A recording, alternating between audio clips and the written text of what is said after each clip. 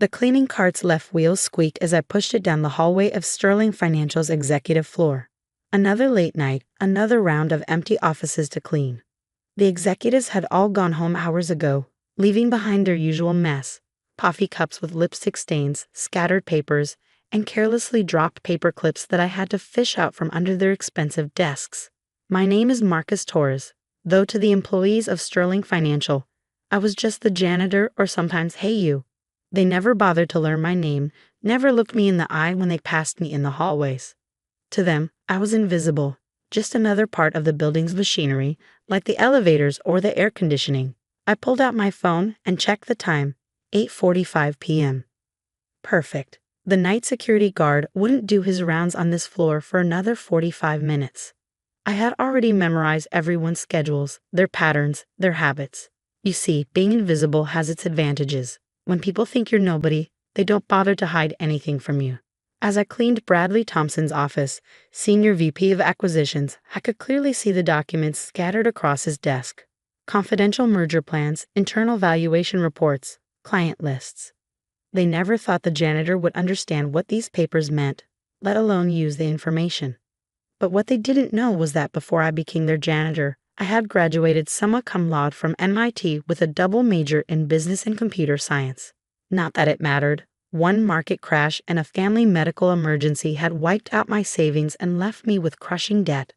When you're desperate, you take whatever job you can get. That first year as a janitor had been humiliating. I still remember Jessica Moore from Human Resources walking past me in the break room, wrinkling her nose as she whispered to her colleague, "God, can't he afford better clothes? He always looks so shabby." I was wearing a cleaned and pressed uniform, the same one they required me to wear. But to them, everything about me looked shabby simply because I was the janitor. Then there was Michael Chin, the hotshot young trader who loved to show off. "Hey cleaning guy," he called out one evening as I emptied his trash. Maybe if he'd studied harder in school, you wouldn't be scrubbing toilets for a living. His colleagues laughed, and I kept my head down, focusing on my work. What Michael didn't know was that at that very moment, one of my algorithms was executing trades worth millions of dollars through a shell company I had created. While they mocked me, I was building something that would change everything. It had started almost by accident. During those long nights cleaning the offices, I began noticing patterns in the documents I saw. Market trends, investment strategies, client behaviors. Being invisible meant I had access to every floor, every department. I saw the complete picture in a way that even the executives didn't. I started small, using my savings to make careful investments based on the patterns I observed. My background in computer science helped me create sophisticated algorithms that could analyze market data and execute trades automatically. Within 6 months, my initial $5,000 investment had grown to $50,000. That's when I formed Torres Ventures, though of course I wasn't listed anywhere as the owner. On paper, the company was run by a reclusive investor who never attended meetings in person. Everything was handled through layers of shell companies and virtual offices. I kept cleaning offices by day, building my empire by night. Every insult, every dismissive glance, every cruel joke just fueled my determination. They thought the janitor was taking a bus home because he couldn't afford a car. In reality, I was using that time to work on my trading algorithms on my laptop. "Look at him," I overheard Bradley Thompson say one day to his assistant. "No ambition, no drive. That's why some people never amount to anything in life." I had to bite back a smile. That same morning, Torres Ventures had closed a deal worth $12 million. My company was growing faster than I had ever imagined, but I wasn't ready to reveal myself. Not yet. I needed them to keep underestimating me, keep thinking I was nothing. Every night, after finishing my cleaning rounds, I would go to my small apartment and transform into a different person. I had set up a high-tech trading station hidden behind a false wall, multiple screens showing market data, powerful computers running my algorithms 24/7. This was my real office, not the janitor's closet they thought I operated from. By the third year, Torres Ventures had grown into a significant player in the financial technology sector. We were known for our innovative trading algorithms and perfect timing in market movements. Speculation about the mysterious CEO was rampant in financial circles. Some thought it was a former Wall Street executive. Others believed it was a group of Silicon Valley entrepreneurs. No one suspected the quiet janitor who cleaned their offices every night. Then came the day that would change everything. I was emptying Bradley Thompson's trash when I saw it, a confidential memo about Sterling Financial's impending collapse. The company had made a series of catastrophically bad investments, covering them up through creative accounting. They were weeks away from insolvency, and none of their employees knew. My first thought was about the regular workers, the receptionists, mail clerks, maintenance staff. People like me, at least as far as the executives were concerned.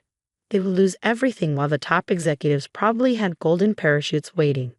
That night, in my hidden office, I made a decision. Torres Ventures had grown into a $300 million company over the past 5 years. We had the resources to acquire Sterling Financial, restructure it, and save those jobs. But doing so would mean revealing myself. I spent the next week carefully planning every detail. Torres Ventures began quietly buying up Sterling Financial's devalued stock through various subsidiaries. By the time Bradley Thompson realized what was happening, we owned 40% of the company. The morning everything changed started like any other. I pushed my cleaning cart down the hallway, listening to the panicked whispers. The entire executive floor was in chaos. Torres Ventures now owns 51% of our shares. Bradley was shouting into his phone. How did we not see this coming? Who the hell is behind this company? I smiled to myself as I cleaned the windows, watching his reflection as he paced back and forth. Suddenly, Jessica from HR burst into his office, her face pale. The Torres Ventures CEO is coming here. Today, they're calling an emergency board meeting at 2 p.m. Bradley slammed his phone down. Finally, I want to see who this mysterious bastard is who thinks they can take over my company. I finished my shift at noon, earlier than usual. Instead of taking the bus home, I walked to the luxury apartment building 2 blocks away where I kept my CEO wardrobe. The transformation took an hour: expensive suit, designer watch, perfectly styled hair. Looking in the mirror, I barely recognized myself. At exactly 2 p.m., I walked into Sterling Financial's main conference room. The entire board was there, along with key executives. Bradley Thompson sat at the front, his face set in a hostile glare. The CEO of Torres Ventures, my assistant, announced. Yes, I had an assistant. She was one of the few people who knew my true identity. I watched their faces as I walked in, confusion at first, then disbelief. Jessica's mouth fell open. Michael Chen dropped his pen. Bradley Thompson stood up, his face turning red. This is some kind of joke, he sputtered. This is our janitor. I took my place at the head of the table, setting down my briefcase calmly. Marcus Torres, CEO of Torres Ventures. And yes, until about 2 hours ago, I was also your janitor. The room erupted in chaos. People were shouting, demanding explanations. I held up my hand, and to my satisfaction, they fell silent. For 5 years, I began, my voice carrying across the stunned room. I cleaned your offices, I emptied your trash, I scrubbed your floors. And while you were all too busy looking down on me to notice, I built a company worth over $300 million. I turned to Michael Chen.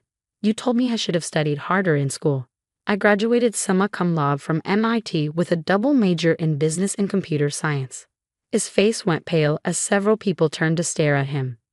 Jessica, I continued, watching her shrink in her seat, you made fun of my shabby clothes. The watch I'm wearing right now costs more than your annual salary. But unlike you, I don't judge people by what they wear. Bradley Thompson had found his voice again. This is impossible. You're nothing but a janitor? I finished for him. Yes, I was. And that's exactly why I succeeded. Because you never suspected me. You never thought I could understand the documents I saw while cleaning your offices. You never thought I could build something bigger than anything you've achieved. I opened my briefcase and began distributing folders. Now let's discuss the real reason I'm here. I know of the cover-up, the bad investments, the impending collapse. I own 51% of Sterling Financial, which means I'm now in charge. The blood drained from Bradley's face. How did you? I saw everything, I said simply. When you think someone's invisible, you don't bother hiding things from them. I stood up, buttoning my jacket. There will be changes. First, all current non-executive employees will keep their jobs. The company will be restructured, but will protect the people who actually do the work around here. You can't do this, Bradley protested weakly. I smiled. I already have. Oh, and one more thing. The janitors, maintenance staff, and all other support personnel are getting an immediate 50% raise. It's amazing how much money you can find when you cut out excessive executive bonuses. Over the next few weeks, Sterling Financial transformed. I replaced most of the executive team with people who had actual skills rather than just connections. Bradley Thompson tried to sue, claiming I had obtained information illegally. But everything I'd done was completely legal. Being a janitor didn't mean I couldn't look at papers left in plain sight. The story of the janitor CEO made headlines. Suddenly, everyone wanted to interview me to learn how I built my company while working as a custodian. I turned down most requests, but I did agree to speak at a few universities, telling my story to students who might need to hear that success doesn't always follow a traditional path. Jessica tried to apologize, claiming she had never meant to be cruel. Michael Chen sent a long email explaining that his comments were just jokes. I didn't respond to either of them. Some bridges, once burned, shouldn't be rebuilt. 6 months later, Sterling Financial had been completely integrated into Taurus Ventures. Our market value had doubled, and our innovative trading algorithms were revolutionizing the industry. I kept the janitor's closet where I used to store my cleaning supplies. It was converted into a small museum of sorts, displaying my old cleaning cart, uniform, and a photo of me from my days as the invisible janitor. Every new employee is required to visit that closet on their first day. It serves as a reminder that you never know who someone might be, what they might be capable of. Success doesn't always wear a suit and tie. Sometimes it pushes a cleaning cart and waits for the right moment to reveal itself. I still think about those years sometimes, about the people who looked right through me, who thought they were better than the quiet man who cleaned their offices. Their judgments, their mockery, their dismissive attitudes, all of it helped fuel my determination to succeed. Today, I'm known as one of the most innovative CEOs in the financial technology sector. Taurus Ventures is valued at over $2 billion, and we're expanding into new markets every year. But I never forgot what it felt like to be invisible. That's why my company now has one unusual policy that surprises many people in the industry. Every executive, including me, spends one day each month working alongside our custodial staff. It's amazing how differently you treat people when you've walked in their shoes. Last week, I was back on the executive floor, not in a suit this time, but in a janitor's uniform. A young executive who was working late didn't recognize me and barely looked up as I emptied his trash. I smiled to myself, wondering if he knew that the cleaning guy he was ignoring could buy and sell his entire career without blinking. But I didn't say anything. After all, being underestimated had served me well. Sometimes the best success stories are written by the people no one sees coming.